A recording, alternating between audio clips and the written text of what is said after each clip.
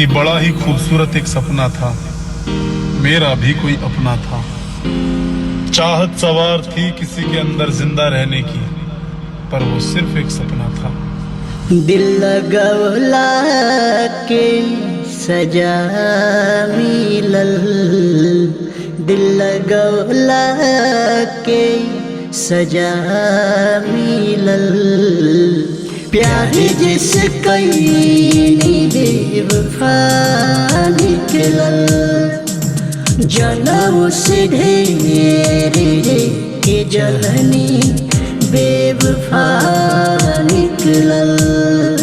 टूटल जब दिल तब बुझाइल प्यार के मतलब। प्यार जैसे कईनी बेवफा निकलल, जनम से ढेर